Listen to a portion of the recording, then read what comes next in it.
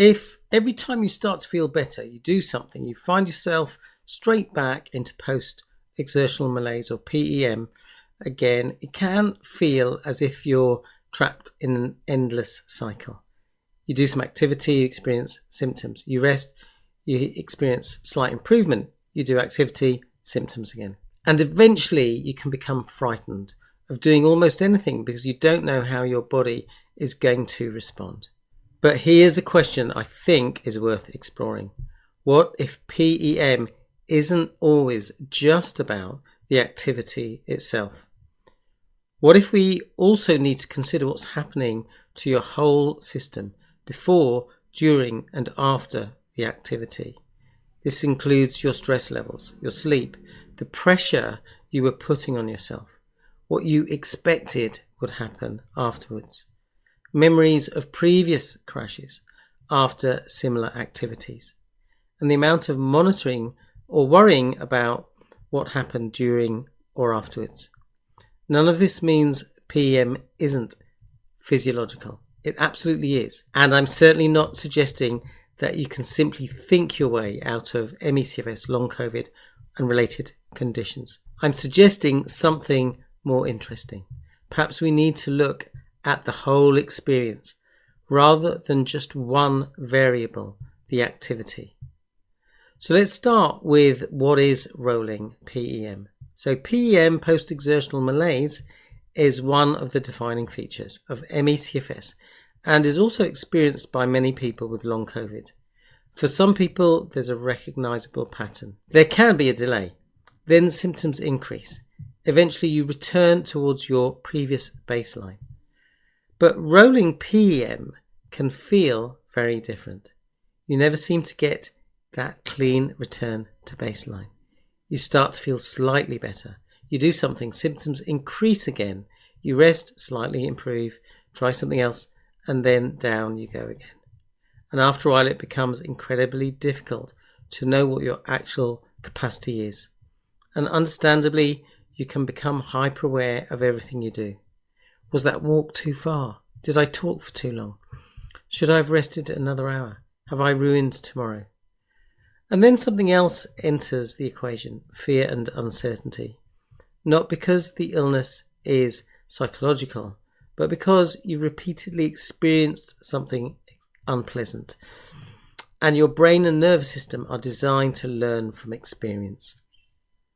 So what do I mean by pacing? So let's be clear about something first. If you're repeatedly exceeding your current capacity, then shifting your approach can be extremely helpful. And I think it's important to define what I mean by pacing, because it means different things to different people. I'm talking about something quite simple.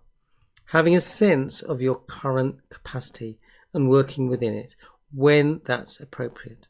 I say that because capacity isn't necessarily fixed. It may fluctuate from day to day, sometimes even within the same day. And there can be many reasons for that.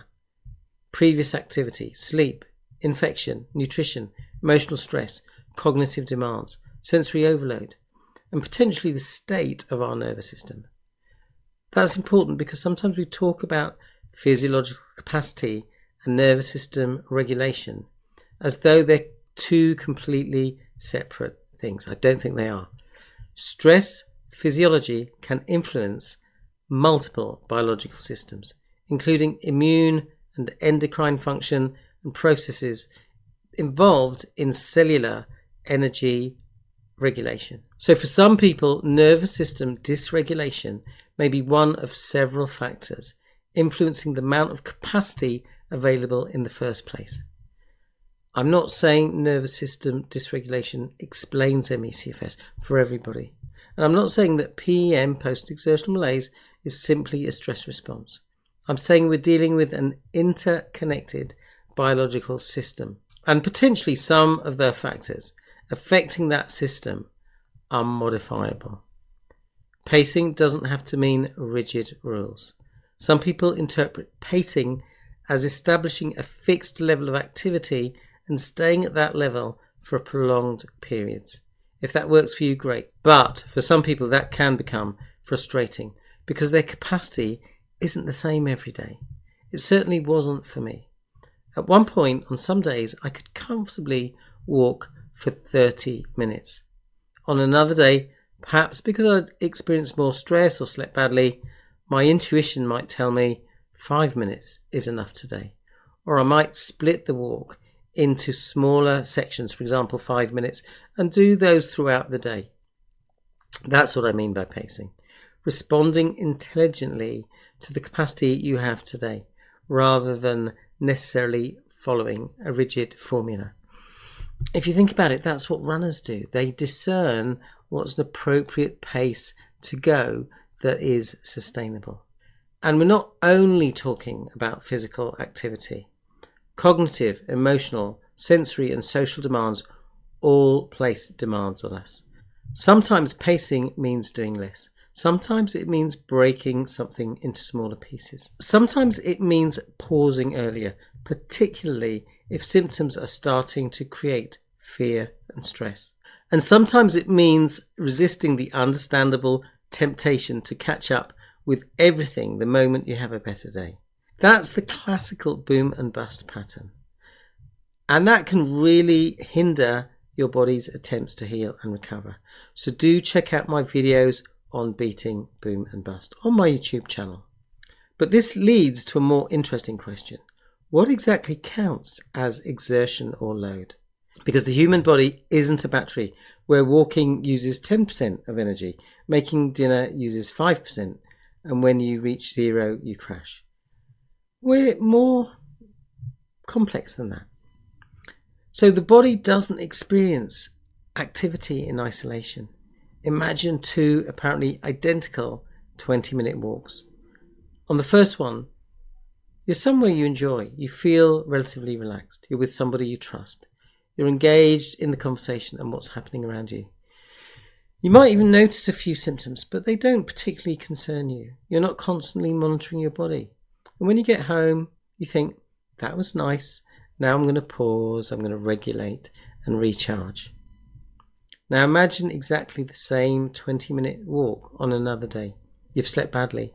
You've had an argument that morning. You're worried about doing too much. 5 minutes into the walk, you notice your leg. And you say, oh no, is this PEM starting? And immediately you're reminded of the last time you walked this far and spent 3 days in bed. Now you're monitoring every sensation. You get home thinking, I've done it again. Tomorrow is going to be awful. Physically, you've walked for 20 minutes on both occasions. But were they really the same physiological experience? I don't think we can automatically assume that they were. And importantly, I'm not saying the person has imagined their symptoms. I'm asking a different question. Could the physiological response to activity sometimes be influenced by the context in which that activity occurs? So let's talk about before, during, and after. This gives us a different way of investigating PEM. Instead of only asking, what did I do? We look at the whole experience. Before, what state was your system in already? Had you slept badly? Were you already tired? Were you rushing? Were you putting pressure on yourself? Were you worried? Had something stressful happened? Or perhaps you were incredibly excited because this was the first social event you'd attended for 6 months. Even positive excitement can involve physiological activation when our systems are very fragile. What about during activity? Were you relaxed and engaged with what you were doing? Or were you constantly checking your body? How are my legs? What's my heart doing? Is that brain fog? Should I stop? That is also why things like heart rate monitors can be useful for some people, but counterproductive for others. For one person, the information may be reassuring and help them pace. For another, it can increase monitoring and hypervigilance. Again, there's no single answer that applies to everyone. Perhaps you're genuinely pushing beyond your capacity, or perhaps you are physically within your usual limits, but internally bracing for something to go wrong. What about after activity? This is the part that can be overlooked. You get home, you notice a symptom, and immediately, here we go. I've overdone it. I've caused another crash. This is going to last for days. Those thoughts are completely understandable. If something has happened repeatedly, the brain gets very good at predicting it. But predictions aren't necessarily physiologically neutral. Memories, expectations, emotions and thoughts all have physiological correlates. So rather than assuming that PEM is either caused by activity or affected by nervous system processes, perhaps sometimes both are part of the picture. The activity may be a trigger, but the state of the system before, during and afterwards may potentially influence the experience that follows. That's a hypothesis worth being curious about, not a conclusion we need to impose on everybody. So your body learns and predicts. There's another important part of this, learning and memory. Imagine that every time you've gone to the supermarket for the last year, you've experienced significant PEM afterwards. What might your brain learn? Supermarkets equal danger. We don't necessarily do this consciously, but your nervous system learns through association. We see this throughout human biology. A particular food can make someone feel nauseous because they once became violently ill after eating it.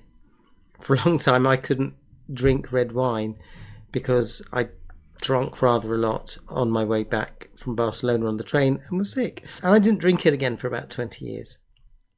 A piece of music can change your heart rate because of the memories associated with it.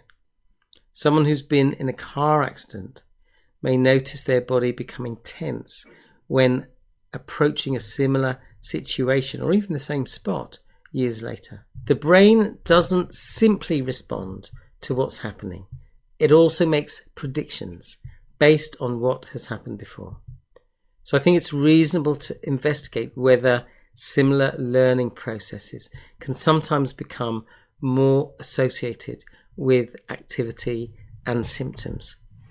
The crucial word is investigate. I'm not claiming that conditioned responses explain PEM. They don't provide a complete explanation. And I'm certainly not saying everybody experiencing PEM has a conditioned response. I'm saying that we shouldn't automatically dismiss the potential influence of learning, memory, expectation and prediction simply because ME/CFS involves measurable biological dysfunction. Learning and prediction are biological processes too. So moving beyond mind versus body. This is where discussions about ME/CFS can become unnecessarily polarized. People understandably fought against the idea that ME/CFS was simply psychological. Rightly so. PEM is real. Autonomic abnormalities are real. Immune changes have been identified. Metabolic abnormalities are being investigated. But it doesn't therefore follow that thoughts, emotions, stress, learning, and nervous system processes are irrelevant. The nervous system is biological. The brain is biological. Physiological experiences have physiological consequences. And communication between brain, autonomic nervous system, endocrine system, and immune system go in both directions. That's an entire field, psychoneuroimmunology, concerned with these interactions. So I don't find the question, is this biological or mind-body, particularly useful? It creates a false choice. I'm more interested in what processes are interacting in this particular person and which of these processes might be modifiable. So what do you actually do? If you're struggling with rolling PEM, start by becoming curious about your current capacity. Are you repeatedly doing more than your body can currently manage? Of course, there might be times when that's necessary. But equally, I've talked to lots of people who recognize that sometimes they push themselves unnecessarily. If so, stabilizing may need to come first. I talk more about this in my video, Phase 1 Stabilization, link below this video. But then begin looking at the wider pattern. Not obsessively, but with curiosity. So instead of simply recording, I walked for 15 minutes, you might note that I walked for 15 minutes, I felt relaxed, I enjoyed it, and I paused afterwards. Compare that with, I walked for 15 minutes after a stressful phone call. I was rushing because I was late and spent most of my walk worrying that I was going to cause a crash. That's much richer information. You're no longer simply counting activity. You're beginning to understand the context in which your body experiences activity. So let's talk about when symptoms trigger fear. Let's say you get home and you notice that your legs are aching. Your automatic thought is, oh no, I've overdone it. Here comes the crash. You don't need to replace that with, I'm absolutely fine. Your brain might not believe you. Instead, you can introduce some uncertainty into the prediction. I'm noticing sensations in my legs. I don't yet know what they mean. I'm going to pause because that feels like a sensible response. I don't need to predict tomorrow right now. Then give your system an opportunity to settle. Find a comfortable position. Notice the support underneath you. Look around the room. Allow your breathing to become comfortable. If a slightly longer exhale feels good, use it. And rather than desperately trying to make the symptoms disappear, perhaps remind yourself, right now I'm safe. There's nothing I need to solve in this moment. You're not trying to convince yourself that you're not unwell. You're experimenting with something different. What happens if I respond to symptoms with less fear and more safety and curiosity? And there's evidence from other symptom and pain conditions that changing threat appraisal and our relationship with bodily sensations can influence the experience of symptoms. That doesn't prove that the mechanism explains PEM, but it gives us a reasonable basis for being curious. So also, I recall a time when I felt like I'd overdone it, but rather than making those negative predictions, I said to myself, I'm going to allow my mind and body to relax deeply. I'm really going to allow myself to let go. I'm not going to make those predictions. I'm just going to trust that by relaxing and letting go, these sensations are going to pass more quickly. And that was what I experienced. So don't turn this into another way of blaming yourself. There's an important trap here. You learn about the nervous system and suddenly think, oh, okay, so now I'm crashing because I'm thinking wrongly. No, that just creates another layer of pressure. You don't need to regulate perfectly. You don't need to eliminate stress. You don't need to stop having frightening thoughts. And even if you experience PEM after doing everything I've described, it doesn't mean you failed. We're talking about potentially influencing some of the processes within a complex system. We're not trying to control all of them. We're just being curious, and curiosity is much more useful than blame. So I want to talk about shifting from protection towards possibility. Over time, as you become more stable, another question can gradually emerge. Not how much can I force myself to do, but what might my body be ready to explore? Perhaps that's another 2 minutes of walking. Perhaps it's sitting in the garden. Perhaps it's having a friend visit. And ideally you're approaching that without either extreme. Not, I must push through this, but also not automatically, activity is dangerous. Instead, let's see. You listen to your body. You respect your current limits. You notice predictions without automatically treating every prediction as a fact. And you give your system opportunities for new experiences, activity, safety, rest and recharge, recovery. And perhaps over time, I did that and I was okay. That's useful information too, and it's something that clients have been saying to me. I did that activity and I felt okay afterwards. And this is when they're expanding their activity. Because just as the nervous system can learn from difficult experiences, it can also learn from new ones. So, in conclusion, if you're experiencing rolling PEM, there may not be one simple explanation. Activity matters, your current capacity matters, your approach matters, sleep matters, and there are other factors, including how severe your illness is right now, that may make a difference. And I think we should remain open to the possibility that stress, memories, expectations, predictions, and nervous system state may sometimes influence both our available capacity and how our system responds to activity. This isn't about deciding whether ME/CFS is biological, biomedical, or mind-body. It's about recognizing that these aren't separate systems in the first place. So rather than only asking, what activity caused this crash? Sometimes asking, what happened in my whole system before, during, and after activity? What was my capacity? What else was placing demands on me?